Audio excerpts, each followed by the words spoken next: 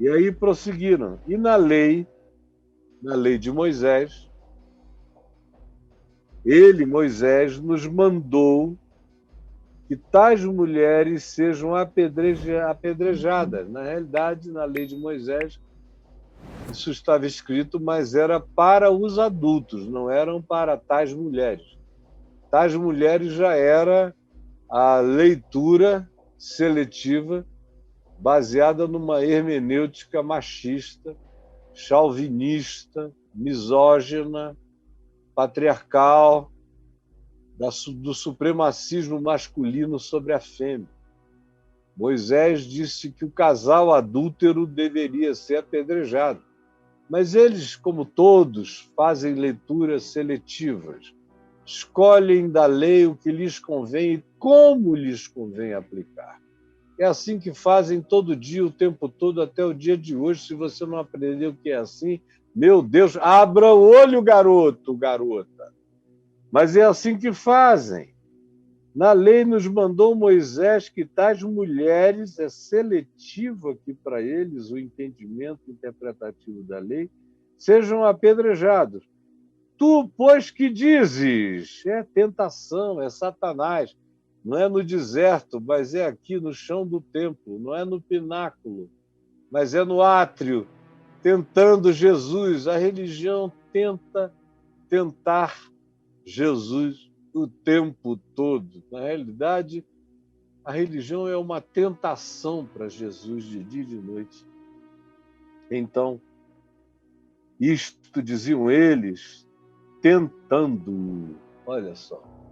Isto diziam eles, tentando. São diabos humanos tentando Deus com as suas leis, com os seus regimentos, com as suas convenções, com as suas tradições, todas desumanizadas, todas endurecidas, todas impermeáveis, todas sem compaixão, todas sem misericórdia, todas sem acolhimento, todas desumanas até não poderem mais encontrar um chão de desumanidade mais profundo. Isto diziam eles tentando, para terem de que o acusar.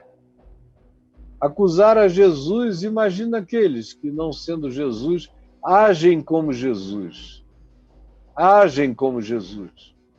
Tratam a vida como Jesus ensinou.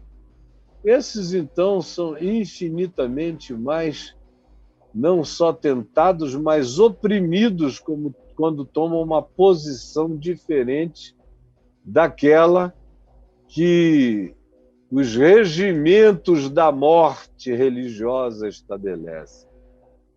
Então, diziam ele, para terem de que o acusar. Mas Jesus, inclinando-se ao chão, escrevia na terra.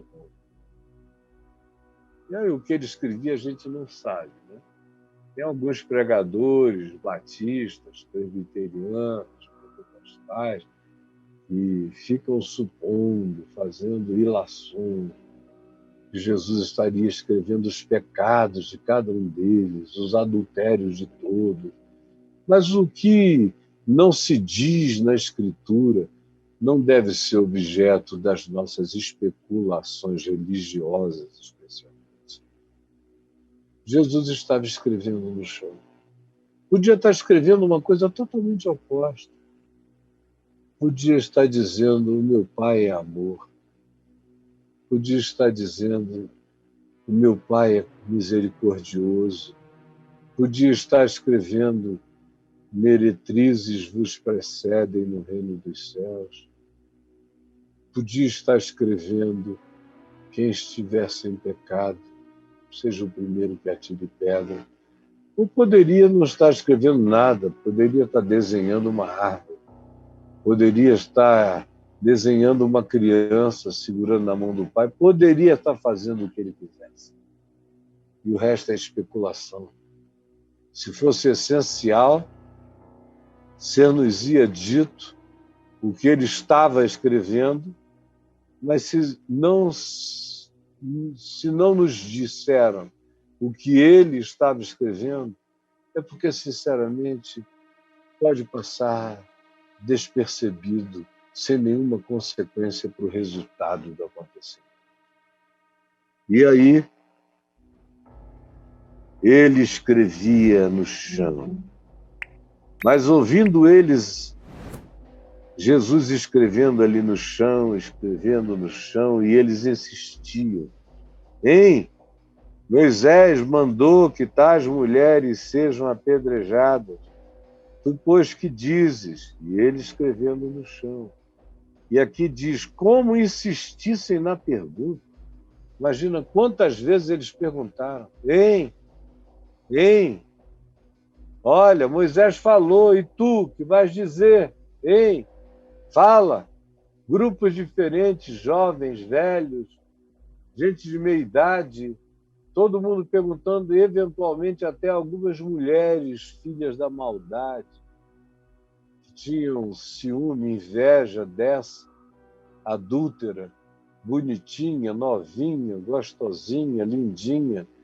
E às vezes, nessas horas, até as mulheres se unem como bruxas de acusação, jogando mais culpa sobre a mulher, enquanto os homens babavam e insistiam. E o que tu dizes? Moisés falou isso, e tu, que tu tens a dizer? E Jesus escrevendo no dedo no chão, mas como eles perturbassem com a pergunta, Jesus se levantou e lhes disse, olhando em cada olhar, em cada face, ele diz, aquele que dentre vós estiver sem pecado, seja o primeiro que comece a tirar pedra. É isso que eu digo. É isso que eu digo. Moisés mandou apedrejar homem e mulher adúlteros, para limparem Israel do espírito da traição e para não imiscuírem em famílias onde um homem vem a criar o filho que foi gerado por um outro homem numa relação de traição. E era homem e mulher na implicação.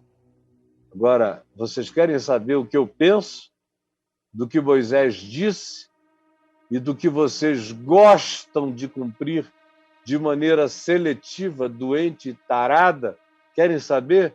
Então deixa eu dizer. Quem dentre vós estiver sem pecado, seja o primeiro que pegue o seu tascão de pedra. Comecem a jogar pedra, seus idiotas, joguem pedra. Sejam os primeiros a atirarem pedras.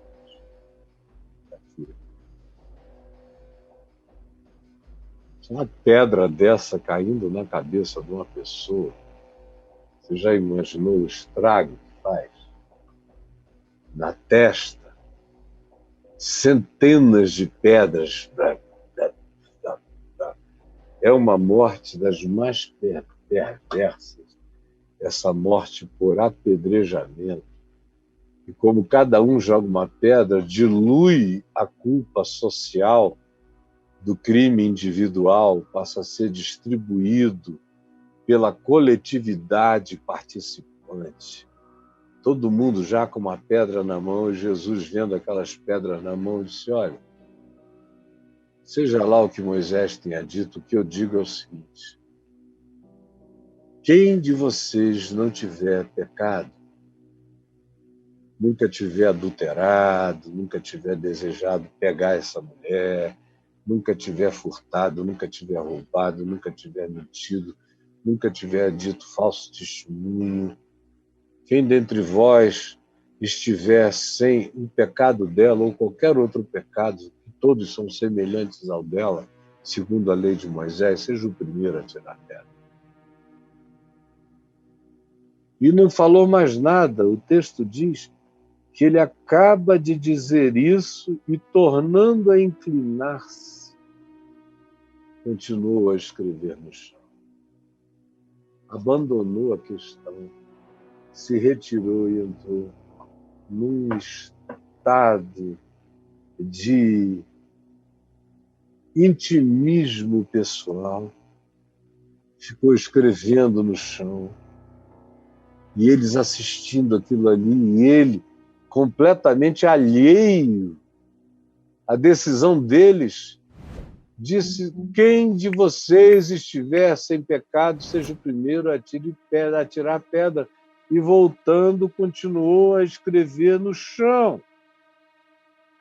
Mas ouvindo eles esta resposta de Jesus, e acusados pela própria consciência, foram se retirando um por um, começando pelos idosos.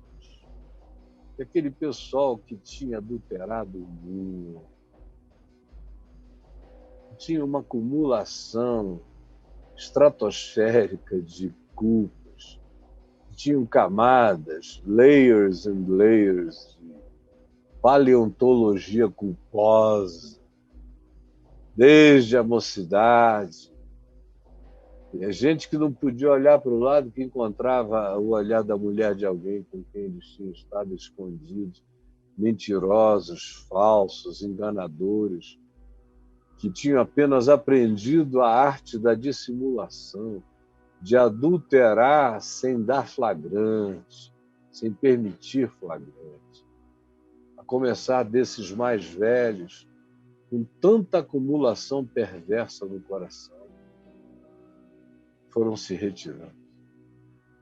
Depois, na escala da idade decrescente, foram saindo um por um, até que ficaram apenas os jovens.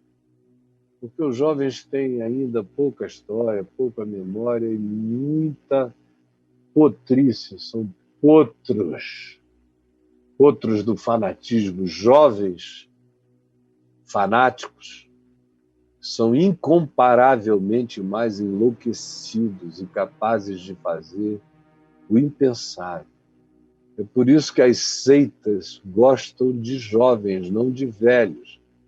Velhos já não são tão fanatizáveis, mas jovens são os executivos dos homicídios que os escribas e fariseus não têm mais coragem de praticar por causa das suas próprias culpas, mas os jovens com pouca vida, pouca memória, pouca experiência, acham que a existência inteira encontrou neles a sua melhor expressão de vigor e de devoção. Por isso, os jovens são tão adoráveis pelos manipuladores de mente, porque eles se entregam com uma força violenta enorme para serem os grandes apoiadores dos insanos desse mundo. São jovens. Tem uma energia que pode ser usada para o homicídio, se for o caso. Saíram todos, ficaram ainda jovens com as suas pedras na mão, para lá e para cá. Aí, de repente, o que se observa é que os próprios jovens saíram também, os mais velhos até os últimos. E aí ficou apenas Jesus e a mulher no meio, onde antes havia uma multidão. E lembre, isso é nos arredores, é na esplanada do templo. É na esplanada do templo onde hoje estão as mesquitas de El-Aqsa e o monumento da Mesquita de Omar, naquela área ali, naquela plataforma, e em volta cheio de lugares para sentar, chafarizes e outras coisas, e era num desses lugares que o evento estava acontecendo. Aí saiu todo mundo, até os que estavam antes ouvindo Jesus, e que depois se fizeram acompanhar pelos que chegaram com a mulher apanhada em flagrante adultério. E agora saem todos, porque até os que estavam antes ouvindo a Jesus sem pedra na mão, eles pegaram uma pedra do lado de um amigo e ficaram preparados, pensando que Jesus ia dizer: soltem pedra sobre ela. Porque tem gente que, mesmo ouvindo Jesus, sabendo da natureza do amor de Cristo, ainda assim, não sei como, eles ficam pensando que Jesus possa se tornar um desses líderes de apedrejamentos, de linchamentos públicos. Tem gente que está ali gostando, mas de repente diz: quem sabe agora ele vai dizer, joguem pedra, e eu não quero ficar sem jogar pedra, pega a pedra junto. E quando ele diz: quem dentre vós estiver sem pecado, seja o primeiro a tirar a pedra, sai todo mundo, sai quem veio com a mulher e sai quem estava escutando. Ficou vazio o lugar. É maravilhoso. Quando Jesus diz: o quê? Vocês querem julgar alguém? Então tá bom. Quem dentre vós estiver sem pecado, seja o primeiro que lhe atire pedra. E Jesus está presente. Não é um pastor mentiroso, falso, com uma retórica de humanismo mentiroso também, não. Quem está ali é Jesus. Não dá para brincar com Jesus. Jesus nunca brincou de viver, especialmente com aqueles que existem para querer fazer morrer o próximo. Nunca brincou. E aí retiram-se todos, porque todos pecaram e todos, igualmente, carecem da glória de Deus. Retiraram-se todos